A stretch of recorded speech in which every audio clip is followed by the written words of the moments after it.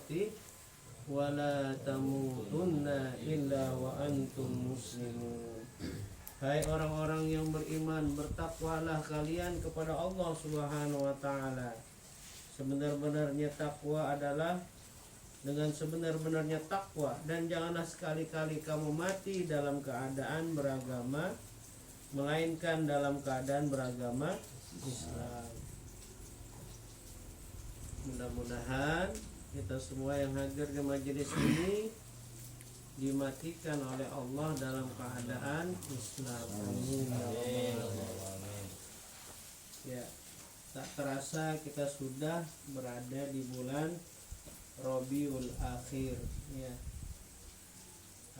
Rabi itu dari kata-kata arba, wahid, isnani, salasa, arba. Pertama Rabiul Awal, Rabiul Tsani atau Rabiul Akhir.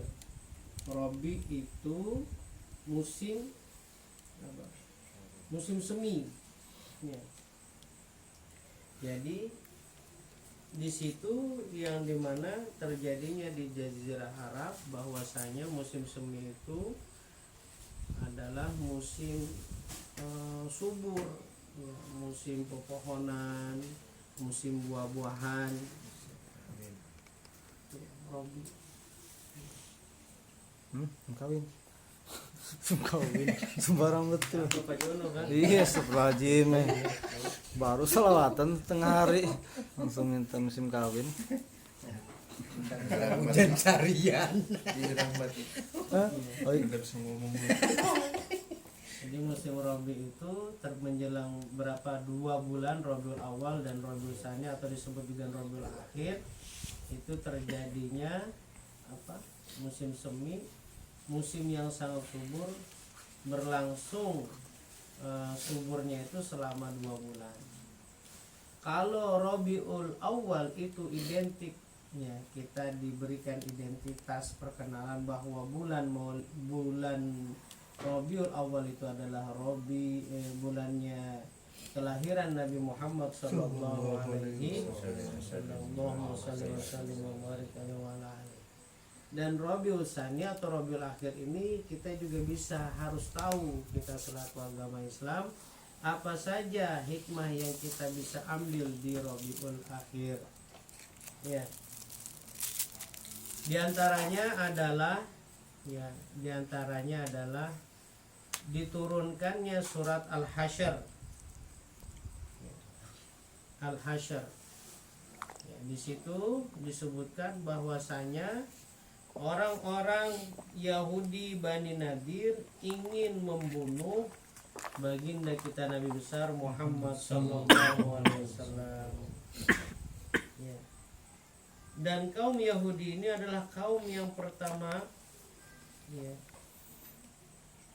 kaum yang pertama dikumpulkan dan diusir dari Madinah. Hal ini disebutkan dalam Al-Quran surat Al-Hasyr. Walladzi akhrajal ladzina kafaru min ahlil kitab min diyarihim li awwalil hasyr. Dialah yang mengeluarkan orang-orang kufur di antara ahlul kitab Yahudi Bani Nadir dari kampung halaman mereka pada saat pengusiran yang pertama. Para ahli tafsir menyebut bahwa pengusiran terhadap kaum Yahudi itu terjadi karena 2 hal. Ya. Pengusiran kaum Yahudi itu terjadi karena 2 hal. Pertama, karena kepimpinan baginda kita Nabi besar Muhammad sallallahu alaihi wasallam, dan juga yang kedua adalah keridhaan Allah Subhanahu wa taala terhadap umat muslim. Nah, ini ya. Jadi kaum Yahudi ini diusir dari Madinah. Karena apa? Karena memang Nabi Muhammad SAW yang memerintahkan untuk diusir, dan yang kedua adalah keridhaan Allah Subhanahu wa taala kepada umat Islam. Allahumma shalli ala sayyidina Muhammad. Peristiwa lainnya, ya, selain pengusiran tadi, ada peristiwa lain yang terjadi di bulan Rabiul Akhir, yaitu ya sejarah diutusnya Khalid ibnu Al-Walid oleh Rasulullah SAW kepada Bani Al-Haris ibn Ka'ab pada tahun 10 Hijriah. Ya. Jadi Khalid bin Walid ini diperintahkan oleh baginda kita Nabi besar Muhammad SAW kepada Bani Al-Haris ibn Ka'ab, ya, mengajak mereka untuk memasuki agama Islam. Dan alhamdulillah, ya, kafilah tersebut, Bani Haris tersebut semuanya masuk Islam. Bani Haris ini, ya, masuk Islam. Nah, para jamaah yang dirahmati Allah Subhanahu wa taala, ya, di antara yang kita sebutkan ini, ya, dari yang pertama itu ada apa? Ada Yahudi yang ingin membunuh baginda kita Nabi besar Muhammad SAW, dan itu juga ada Khalid bin Walid yang diperintahkan oleh Rasulullah SAW, ya, supaya Bani Al-Haris ini masuk Islam. Dan juga terjadi peperangan di bulan ini, ya, terjadi perperangan di bulan ini, ya. Pertama, perang Al-Ghabah yang dipimpin langsung oleh Rasulullah SAW pada tahun ke-6 Hijriah, dan perang Al-Ghamar yang dipimpin oleh Uqasyah ibn Mihsan. Nah, dari peristiwa yang terjadi di bulan Rabiul Awal, para jamaah yang dirahmati Allah Subhanahu wa taala, mungkin kita ini bertanya-tanya, ya. Mungkin kita ini bertanya-tanya bahwasanya, ya, siapakah, ya, yang dulu, yang pertama kali, ya, memulai peperangan itu? Siapakah yang mengawali terjadinya peperangan? Ini jangan sampai salah tangkap kita, ya, karena kita ini sudah didoktrin oleh orang-orang Barat bahwasanya agama Islam itu teroris. Tidak, itu salah, dan kita nyatakan itu salah. Jangan sampai kita naudzubillah min dzalik menstatement atau menyatakan bahwa Islam itu adalah agama yang suka perang. Bukan, tidak, salah sekali, ya. Yang betul bagaimana, Ustadz? Yang betul adalah, ya, mereka yang memulai peperangan kepada umatnya Nabi Muhammad SAW.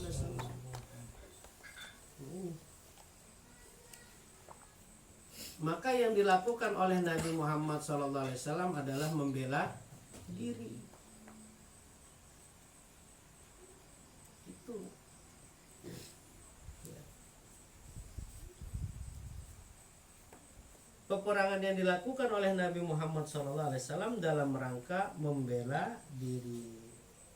Saat di Mekah, Allah Subhanahu wa taala malah memerintahkan Nabi untuk tidak melawan. Namun setelah hijrah ke Madinah, Nabi Muhammad dan pengikutnya diizinkan. Nah, karena ini semuanya adalah perintah dari Allah. Apa yang dikerjakan oleh Rasulullah SAW itu adalah perintah dari Allah Subhanahu wa taala. Maka pada saat banyak pengikutnya Nabi Muhammad SAW diizinkan untuk berperang melawan orang-orang yang selama ini memerangi kaum muslimin. Dan barusan saja kita membaca surat Al-Hajj ayat 39.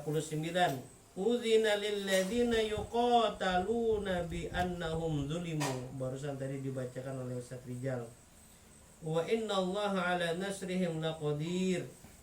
Diizinkan berperang kepada orang-orang yang diperangi karena sesungguhnya mereka dizolimi. Sesungguhnya Allah benar-benar maha kuasa membela mereka. Nah ini, ya, jadi tidak hanya di dalam konteks peperangan, bahkan ketika kita dirampok, ya, Ini diambil fikihnya ya. Ketika kita dalam keadaan terdesak, kita dirampok, ketika kita melawan perampok itu adalah pembelaan diri. Dan itu yang dinyatakan oleh baginda kita Nabi besar Muhammad sallallahu alaihi wasallam. Lawan, mati kita jihad. Ya, kita jihad. Apalagi tadi bahas Pak RT.